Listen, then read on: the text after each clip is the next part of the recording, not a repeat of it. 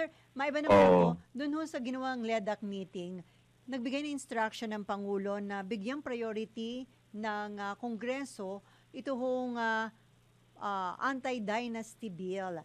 Ito po ba indication na seryoso yung Pangulo na magkaroon ng batas kontra dynasty? Sabi ng iba parang baka propaganda, optics lang, bakit daw hindi certify as urgent kung talagang seryoso dito ang Pangulo? Propaganda man o hindi, determined kami sa Senate na ipasa. Ako mismo, isa sa mga priority bills ko yan Mhm. yung anti-political dynasty. Mhm. Tapos marami rin nag-author dyan sa Senado.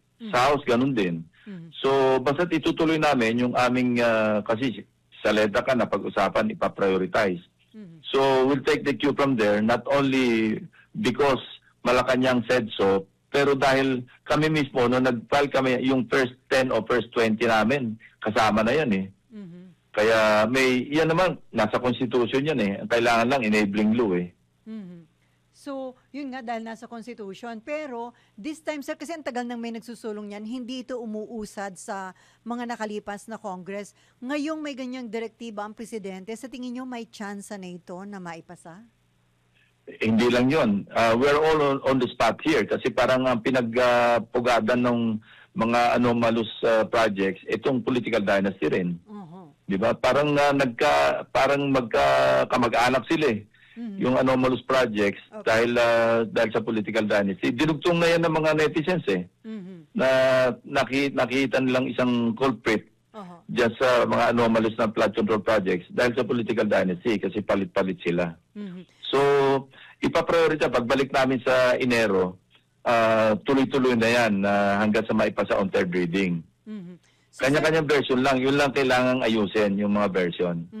At ang House din po, ang sabi dun sa House, sila ay determinado na i-consolidate yung 14 proposed anti-political dynasty bills into a single version that is both constitutionally sound and beneficial to the country. So it means, ganun din po sa Kamara. So mukhang this time may pagkakataon na magkaroon tayo ng batas kontra dynasty.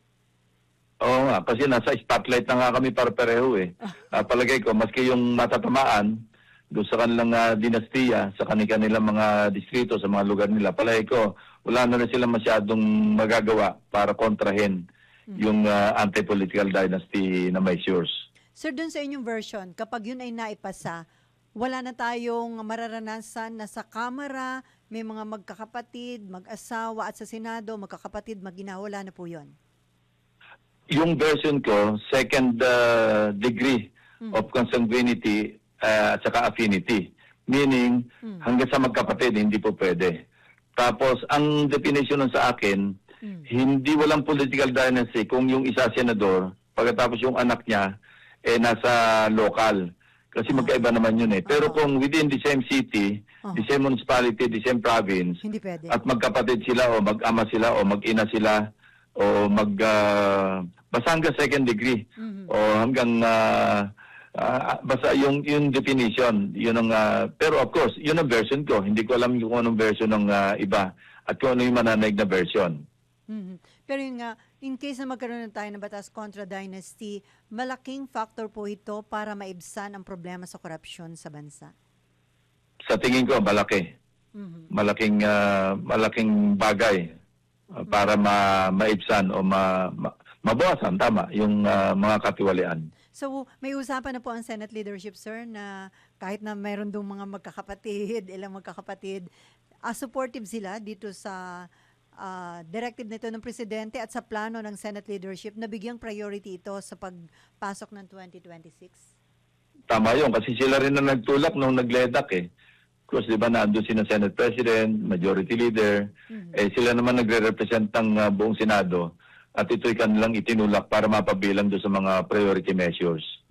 Pero hindi ito retroactive, sir. Kung sakaling maipasa, hintayin pang makatapos yung termino ng mga magkakamag-anak na nakaupo sa the same position.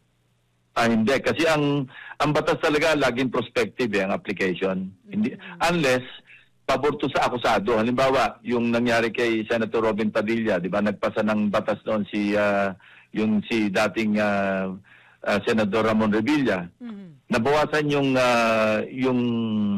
sentensya Opo. Na-apply kay Senator Robin yon, kaya maaga siya nakalabas doon sa illegal possession of firearms. Kasi nga, nag-retroact yun because favorable sa akusado. Pero ito, I don't think matwid ito na nasa matwid na i-retroact kasi nakaupo na sila. Ano mangyayari doon sa mandato na binigay sa kanila ng mga constituents sila, mga botante. So prospective ang application yan. And then, the mere fact na ang presidente nagsalita ng ganito, kahit na sila'y pamilya rin ng mga politiko, ibig sabihin, seryoso ng taho talaga si Pangulong Bongbong Marcos dito. Pag naipadala sa kanya yung enrolled bill, alam naman, ibito niya yan. Ay siya yung Napaka-kontrabida naman niya o napaka-plastic naman niya kung ibibito niya. Siya mismo nagsabi na itulak yung anti-political dynasty measure. Pagkatapos na enrolled bill, napadala sa kanya, ibibito. I don't think gagawin niya yon.